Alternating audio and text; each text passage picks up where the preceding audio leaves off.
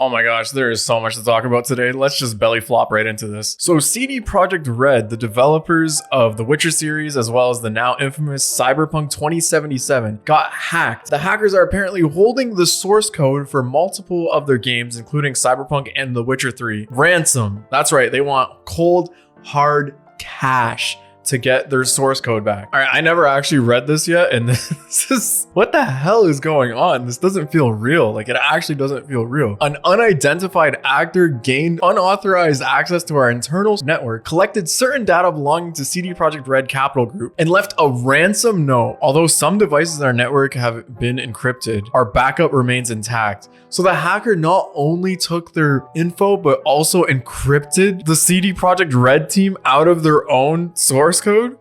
What? We will not give in to the demands nor negotiate with the actor. We are taking necessary steps to mitigate the consequences of such a release, in particular by approaching any parties that may be infected due to the breach. Oh my god, man, this is PSN level bad. I don't even remember how long ago that PSN breach was, but this is that levels of bad. Hopefully no one's like credit card information got taken, but I just feel so bad for the developers and the artists and just basically all the day job workers there. They've been through so much crap this year, undeserved crap this year due to management, and then this is just outside of anyone's control. How does this happen? Do you think it was like an inside thing? Like someone on the inside was fed up? And here is the ransom note. Hello, CD Projekt. You have been epically owned. We have dumped full copies of the source code from your Perforce server for Cyberpunk 2077. If you don't know what Perforce is, it's like a GitHub, let's say. First of all, who the hell starts this off with "you have been epically pwned"? Like, this feels like some Lizard Squad shit, man. This whole story is really taking me back to the nonsense of like these internet hackers. Also, we have encrypted all your servers, but we understand that you can most likely recover from backups. That's crazy. They locked their asses out. If we will not come to an agreement, then your source code will be sold or leaked online, and your documents will be sent to our contacts in gaming journalism? What the hell? Your public image will go down the shitter even more, and people will see how shitty your company functions.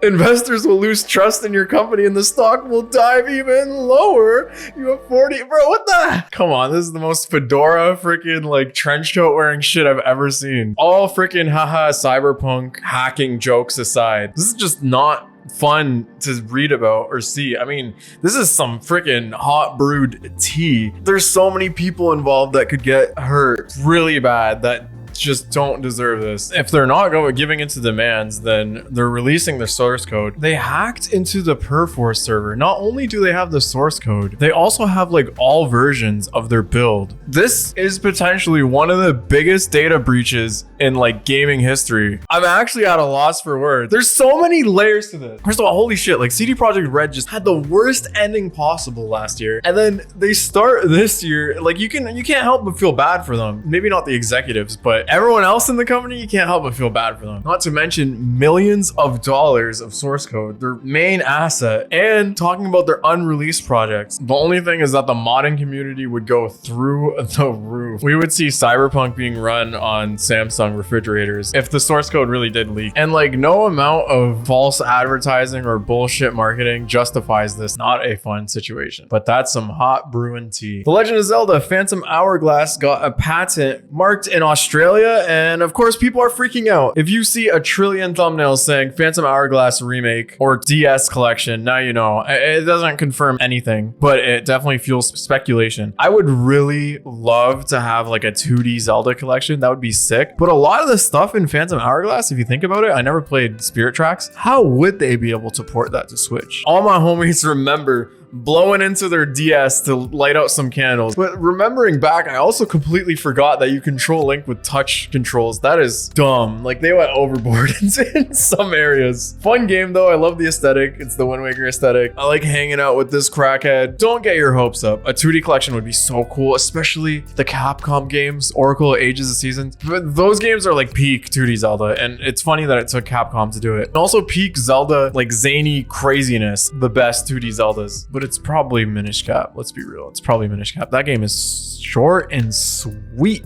In other gaming news, let's talk about an event about gaming news. E3, the biggest gaming expo ever. Well, it was until 2019 when even before that, but 2019 was a big turning point. The first E3, or one of the first E3s that wasn't invite only, but not only that, but big companies opted out. Like Sony decided to have their own event. Host Jeff Keighley left to start his own event as well, the Summer Games Fest, which isn't bad. It really just feels like a mid-year Game Awards without the, Game Awards nonsense. In 2020, E3 was canceled due to COVID. And now here we are in 2021, where they are saying they're revamping, as if they have an option, to a digital-only event, where it will cost people that want to have a quote-unquote venue or a slot six figures to be a part of it. That's some Super Bowl time slot pricing. God damn. It is clear it's no longer a necessity to be a part of the expo to really get a bunch of momentum for your product. And now other options are opening up. Summer Games Fest, as I said, and Sony's terrible state of play. It's kind of sad seeing the expo slowly dwindling, but COVID aside, with the way the internet is now, they really don't need an E3. It's cool to just have it as like a convention at this point. Here's the part of the Dodom where we actually talk about games. So the Persona 5 Strikers reviews are up, and it's kind of what I expected. So Persona 5 Strikers is a Musou game. If you don't know, it's just a term for saying like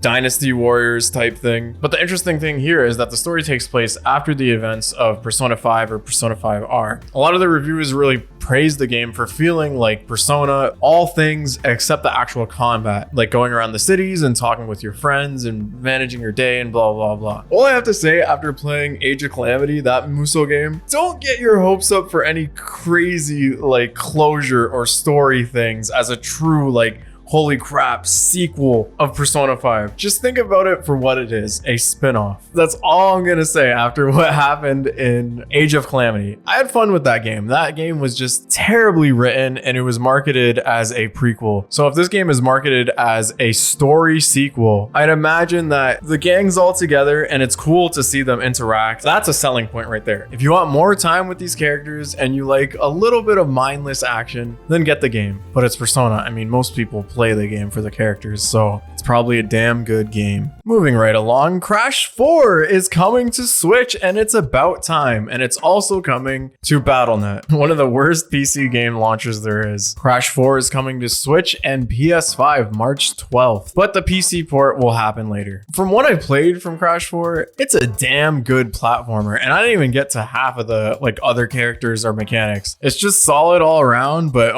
it can get damn frustrating if you're trying to 100% a level. If you're just a fan of platformers, 2.5D platformers, I recommend this game. Really expanded on the mechanics without adding like stupid crap like vehicles and stuff like that. It's fun. Finally, we got more Guilty Gear Strive gameplay. And damn, this game looks sick. I'm not good at fighting games. I never played Guilty Gear. I heard it's hard as hell, but it just looks sick. It's made by Arc Systems, the guys who made Fighters and Blaze Blue, whatever. It just looks sick. A demo is coming to PS5 and 4, luckily, February 18th to the 21st, which is a very short demo. So if you're not one of the lucky few who has a PS5 to play the Big Booba Mama demo, at least you can play this demo with a PS4. So there's the news. Let me know what got you the most excited. For me, it's probably Zelda, even though it's just, I don't expect anything from it. A 2D Zelda collection. Oh, that'd be so sick. F's in chat for CD Projekt Red, even if you have no remorse for the executives or the chairheads. Think about the little guy. Think about the 9-to-5ers. Their job their data got affected. As always, leave me in a comment something you'd like me to talk about in a future Dodump. I'll get to it on a slower news day. Today was kind of packed and y'all just got dumped on. Bye-bye.